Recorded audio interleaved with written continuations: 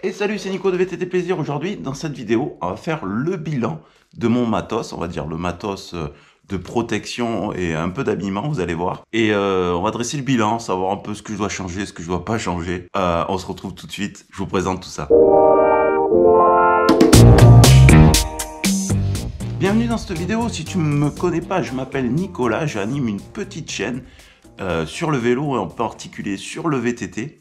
Si tu me connais pas et que tu aimes cette vidéo, je t'en prie, vas-y, abonne-toi, like et fais-toi surtout plaisir. Dans cette vidéo, comme je vous le disais en intro, on va dresser un petit peu le bilan de mon matos. Je vais vous montrer un peu avec quoi je roule. Je vais vous dire les points positifs, les points négatifs, sans aucune influence, comme d'habitude, avec la franchise qui caractérise cette chaîne. Vous allez voir qu'il y a certains produits qui viennent d'Internet, certains produits viennent de la grande distribution du sport, et d'autres produits viennent de mon partenaire, Fabrice de Cycle Center Brignoles. Je vous laisserai faire le détail et votre propre avis. Allez, on va commencer avec sûrement le meilleur achat que j'ai jamais fait niveau VTT.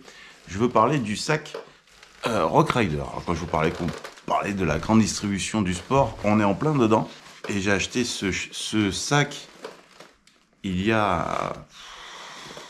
rappelez-vous, c'était pour le raid dans le 04. J'avais fait le choix d'acheter ce sac parce que j'avais besoin d'un gros volume pour amener pas mal de matos avec moi.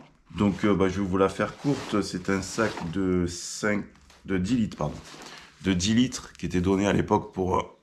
une poche à eau de 2 litres, mais rassurez-vous, je mets régulièrement maintenant une poche de 3 litres dedans, et ça passe, mais alors, crème. Malgré que je ne sois pas quelqu'un de très soigneux avec mon matériel, preuve en est l'état pitoyable du sac, hein. Il est juste sale, n'ayez pas peur. J'ai pas eu de soucis malgré, je suis en train de réfléchir pendant que je vous parle, mais je crois que ça doit faire la 4e année que j'ai ce sac, et il bouge pas. Le petit reproche, allez, si vraiment on peut gratter dans la critique, c'est les fermetures éclairs qui commencent un peu à être un peu plus dures qu'au début. Surtout celle inférieure là pour l'habillement pluie, parce qu'il est équipé d'un habillement pluie. Mais vous vous doutez bien que moi dans le sud-est, l'habillement pluie, je le sors que très rarement. Donc voilà, c'était la petite critique. Mais sinon, c'est un très bon sac. C'est un sac qui est très abordable. J'en suis pleinement satisfait. À noter que le sac ne fait pas protection dorsale, hein, c'est toujours important de vous le préciser. Niveau sécurité, je vais vous faire une vidéo prochainement sur le sac à dos, sur la banane et sur le fait de partir sans sac à dos et sans banane. Je pense qu'il y a matière à gratter là-dedans. Sur ce point-là aussi, le monde du VTT évolue et on en parlera dans une prochaine vidéo. Allez, deuxième présentation, ce sont les chaussures NIT. Et là, on va parler des achats Internet. Lorsque je vous ai fait la vidéo de présentation de ces chaussures, dans les commentaires, beaucoup m'ont dit qu'ils n'étaient pas satisfaits de ces chaussures et qu'elles ne me dureraient pas dans le temps. D'autres en étaient pleinement satisfaits, donc il y avait vraiment des avis très contraires. Donc c'est important aussi que je vous fasse un retour sur ces chaussures-là. Alors, en surface, malgré qu'elles soient un peu sales aussi, elles sont pas forcément déglinguées, on va dire. Par contre, dessous, on voit quand même que c'est de la chaussure qu'à manger. Si vous êtes abonné ou viewer assidu de la chaîne, vous savez que je passe dans des endroits où il y a pas mal de rochers assez saillants. Donc si je mets le pied à terre, vous vous doutez bien que les chaussures en prennent un coup. J'ai régulièrement mis des coups de pied entre les rochers sur le fermoir qui a cliqué. Et j'ai pas cassé de fermoir ni rien. Donc ça va bientôt faire 2 ans que j'ai ces chaussures-là. Et je commence à peine à me poser la question de les changer. Je sais pas si je vais... On va dire ces chaussures-là, c'est vraiment le dernier vestige de mes antécédents XC. Si on regarde bien mon équipement, j'ai plus rien d'XC par rapport à il y a quelques années, on va dire. Et c'est vraiment le seul truc qui me confond, qui prouve que je viens du XC, quoi. Donc je sais pas si je vais passer le pas et passer sur des chaussures type All Mountain Enduro, ou repartir sur des chaussures XC. Ce que j'aime beaucoup sur les chaussures XC, c'est la rigidité.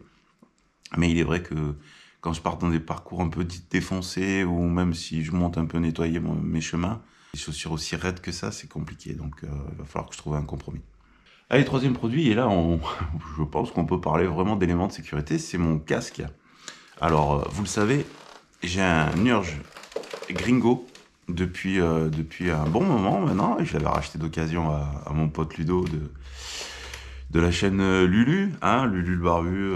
Bon bref, faut-il encore le présenter lui aussi. Le Urge Gringo, malgré que bon, il vieillit un peu, hein, c'est vrai c'est un casque qu'on est habitué à voir, qui a été régulièrement critiqué parce que c'est un casque amovible très bon marché, donc forcément ça a fait un peu couler de l'encre. Mais écoutez, ça fait un bon moment que je l'ai. Il est encore vivant. Il a des coups là. Je sais pas si on peut le voir peut-être à contre-jour. Au bout là. Voilà. Ici aussi, il a un petit coup. Bien sûr, étant youtubeur, hein, il va falloir assumer ce terme-là. Il va falloir vivre avec. Il est vraiment... Quoi, j'ai rajouté pas mal de trucs. Donc ça, c'était pour la vue arrière que je vous fais plus trop sur les vidéos. Mais bon... je sais pas, mettez-moi en commentaire si ça vous manque, la vue arrière. La vue de hauteur de casque qui est là. Et la visière qu'on peut bouger quand même. Alors, vous voyez, là, il a des années, donc voilà. Donc là, elle est en bas.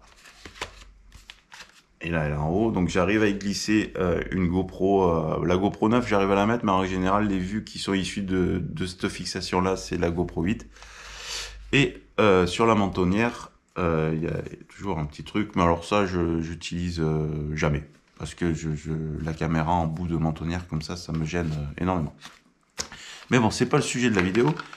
Bon, il a vieilli, je vous le cache pas. Le fait d'enlever la mentonnière, ça devient déjà compliqué, mais j'arrive encore à le faire en roulant. Par contre, mettre la mentonnière en roulant, j'y suis jamais arrivé. Et avec le temps, c'est de plus en plus galère à la remettre, même quand je m'arrête et la mettre comme ça à l'arrêt. C'est au niveau des clips que ça commence. Bon, on voit que c'est du matériel vieillissant, donc je suis dans l'optique d'ici fin d'année, je change mon casque, peut-être même avant. J'aime beaucoup l'Elite en ce moment, voilà, je vous le dis. Je sais que Fabrice, il en propose dans son magasin. Chaque fois que je vais le voir, je bave un peu devant les casques. Je crois qu'un de ces quatre, je vais craquer. Allez, ça ne vous a pas échappé non plus, ma pratique a évolué. C'est vrai que j'avais dit beaucoup de choses. Au tout début de la chaîne, j'avais dit que je ferais pas d'enduro, j'avais dit que je ne monterais pas sur un VAE. J'en avais dit des choses. Et j'ai fait tout le contraire. Et bien sûr, vous pensez bien que quand on s'amuse à faire le zouave sur des descentes assez casse-gueule, il faut bien se protéger. Donc, j'ai deux gilets. J'ai un gilet long que je vais vous montrer, qui est un O'Neill aussi, avec la technologie IPX. Donc voilà, avec les coudières assez longs. O'Neill, j'ai pas d'action non plus chez O'Neill, hein, mais bof. Ça, c'est un cadeau de ma femme et mes enfants, donc j'ai voulu, vu qu'elle avait acheté du O'Neill, j'ai voulu rester dans la gamme. Donc j'ai pas mal de produits O'Neill maintenant. Donc bien sûr, une dorsale qui fait, bon vous voyez, c'est pas la première jeunesse, mais franchement c'est 3 épaisseurs de mousse dure. Quoi, je n'ai pas fait un crash test pour pouvoir vous l'affirmer, mais je pense que ça protège bien. La seule petit bémol qu'on peut en voir chez O'Neill, c'est que, il faut que je le retrouve, il y a des côtes inférieures, en protection mousse qui sont en option, donc il faut les acheter à part. Et si je les retrouve, je vous montre. C'est en bas. Ça, j'avais trouvé ça un peu, parce qu'ils vous livrent, vous recevez votre gilet, il y a des bouts de carton dedans. Donc vous dites, tiens, putain, il y a les protections, et puis après vous ouvrez, et non, en fait, c'est en option. Donc ça, j'avais trouvé moyen. Mais sinon, le reste est sympa. Une critique à faire avec ce gilet, c'est que malheureusement, vu que comme il est long, moi, chez moi, j'ai tout le temps chaud, même l'hiver, j'ai souvent chaud avec ce gilet. Donc je le mets vraiment si je pars sur une sortie où je sais que ça va être chaud bouillant, ou alors si je peux sur les... Quoi, vous l'avez peut-être vu aussi sur les vidéos, je prends de plus en plus de plaisir à m'engager sur des enduros du coin. Et c'est vrai que lorsque j'ai le choix, c'est-à-dire s'il ne fait pas trop chaud, en compétition, sur un enduro, parce que la compétition c'est fini, je préfère mettre celui-là. Il est plus sécu, pas à chier. Ah, une petite parenthèse sur un accessoire pour les caméras que j'aime beaucoup, une marque que j'adore, que j'ai depuis le début. C'est Stuntman, les harnais Stuntman. Et j'ai la première version, et vous avez été beaucoup aussi à me poser des questions sur comment je positionne ma caméra, tout ça. C'est vrai que la vue du harnais est un peu spécifique. On voit bien l'avant du vélo et tout. Ben, c'est parce que j'ai un vieux harnais Stuntman.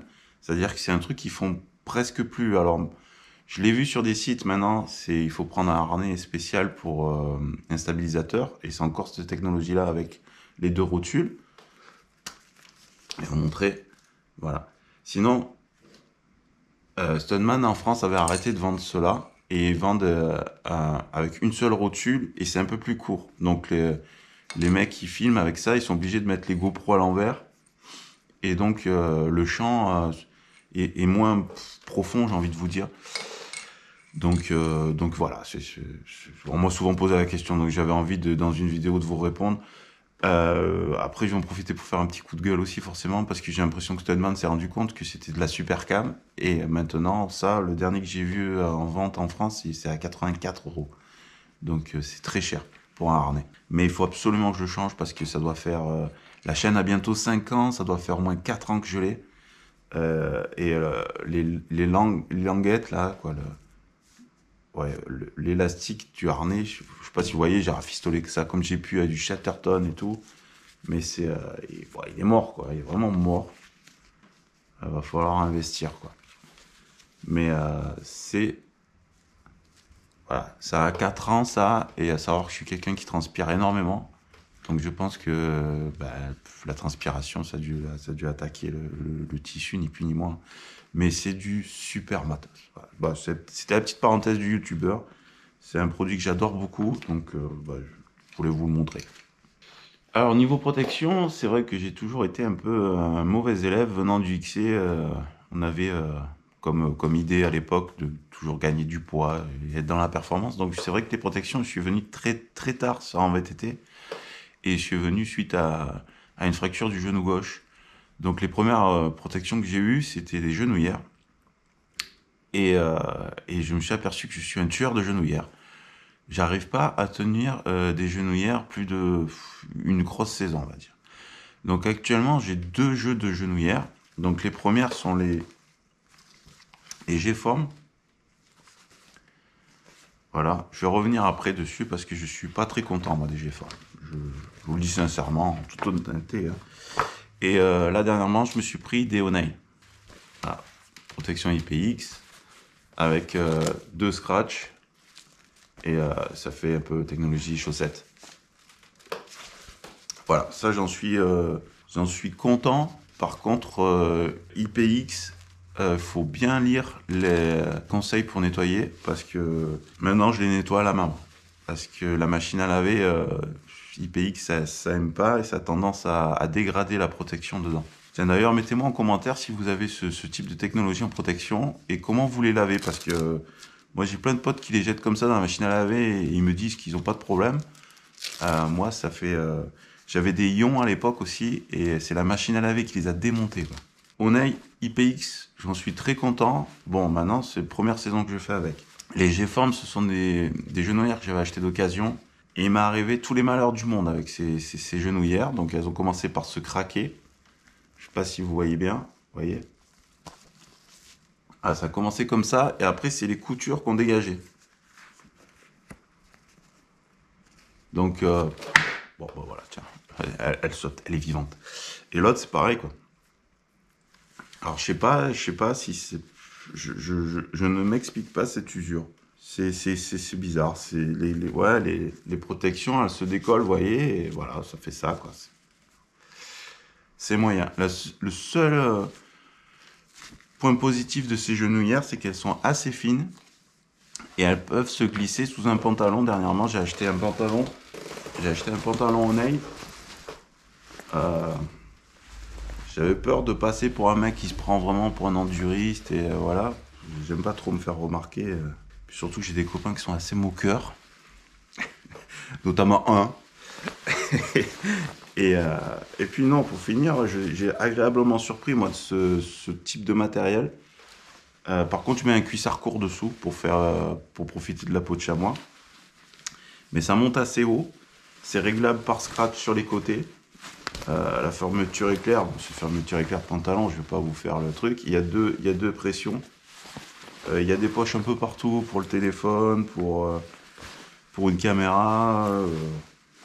Voilà, même pour votre forfait si vous êtes en station pour aller rider. Non, franchement, non, ça c'est un achat que je regrette vraiment pas et je pensais pas que ça soit aussi confort que ça. Et pour finir, alors cette vidéo et pour être vraiment complet sur tout mon équipement de protection, le gilet que je mets le plus souvent c'est celui-ci, c'est gilet sans manche O'Neill. Pareil, technologie IPX. Alors celui-là a une petite subtilité parce que vu qu'il est un peu plus récent que le long, ils ont rajouté la technologie, c'est Moveo, j'oublie toujours le nom. Alors je me suis posé la question ce que c'était Moveo comme technologie. Donc vous voyez sur les épaules, vous avez 2 scratchs qui se trouvent là. Et donc sur les pectoraux, vous avez deux petits harnais plastiques aussi, là, quoi, deux petits harnais, pardon, 2 petites boucles plastiques. Et je me posais la question, et vous en avez aussi une dans le dos. Je sais pas si vous la voyez, voilà, là on la voit bien. Et bon, bref, je me posais la question, je dis, bon écoutez, maintenant on a un outil formidable qui s'appelle Internet, je vais taper. Et en fait, c'est pour venir fixer à ce gilet ces espèces de grosses protections que vous voyez. Alors les gens qui sont inquiets, qui ont peur de se faire mal, je peux comprendre. Ou des gros mecs qui envoient du bois sur des gros seaux, tout ça. Les gens qui ont ces grosses minerves, vous savez. Même en DH, ça se fait beaucoup. Et en fait, cette minerve est rattachée à ce type de gilet qui sont équipés de cette technologie-là. Et bon, alors moi, la minerve, bon, ben voilà, je suis pas un professionnel de la descente, et puis je suis assez peureux, surtout je suis sujet au vertige, donc je connais un peu mes limites, donc ça, je vais pas acheter. Mais ouais, quelqu'un qui passe sûr de lui, ou quelqu'un qui veut un peu s'envoyer sur des trucs un peu foufou, mais qui est quand même soucieux de sa sécurité, c'est déjà quelqu'un d'intelligent, et je pense que c'est peut-être un bon choix. Donc voilà, à quoi ça sert cette technologie-là. Voilà les amis, j'espère avoir été complet sur mon équipement de protection. Bah, vous voyez, hein, le bilan est vite fait, c'est-à-dire que tout ce qui est gilet de protection, bon, je n'ai pas besoin de réinvestir puisque c'est assez récent, puis j'en suis pleinement content. Pour ce qui est genouillère, bah, pour l'instant, je vais garder ce type de fonctionnement, c'est-à-dire les G-formes, je les finis sous le pantalon, parce que c'est vrai qu'elles sont assez fines et pour ça c'est pratique. Et puis après, quand j'ai vraiment du gros et du lourd à faire, je mets les O'Neill. Les points que je souhaite renouveler, hein, parce qu'il faut un peu quand même investir, c'est le casque et dans un futur proche aussi les chaussures. Parce que les chaussures, ça commence à être un peu ennuyant. Si j'étais parti où il faut marcher ou quoi, ça devient compliqué. Et puis surtout dessous, vous l'avez vu, les crampons commencent à dégager, c'est normal. Hein, c'est vraiment de l'entrée de gamme, très très entrée de gamme. Et elles ont 2 ans, quoi. Elles vont avoir 2 ans. Donc voilà, ça fait le job. Donc il faut renouveler. Et puis le casque, le casque, ça commence à devenir un peu craignos quand même, parce que bon, il est très vieux. Et puis là, c'est vraiment la sécurité. Donc il va falloir investir là-dedans. Les amis, j'espère que cette petite vidéo, ça me fait rigoler, moi, ce genre de vidéo. Je vais être tout à fait honnête avec vous. On s'en fout, on est à la fin de la vidéo, on a perdu les 3/4, on s'en fout, on est entre nous maintenant. Moi, ça me fait marrer parce que ça me fait penser à... Moi, j'ai ma femme, elle est fan de vidéos, ça s'appelle des vidéos de retour de course. Alors, c'est un concept tout pourri que moi, personnellement, j'aime pas. C'est-à-dire que c'est quelqu'un qui va faire ses courses, et c'est souvent des femmes. Et elle arrive chez elle, elle déballe ses courses, et elle dit, voilà, tac, moi j'ai acheté ça, les côtes de porc, machin, les tranches de jambon, tac, ma routine, c'est comme ci, c'est comme ça. Bon, bref. Et cette vidéo-là, ça me fait marrer, ça fait penser un peu à un retour de course pour les mecs, quoi. Voilà, c'est rigolo, c'est la pointe d'humour de la vidéo. Les amis, je vous souhaite quand même de bons rides, et faites du vélo.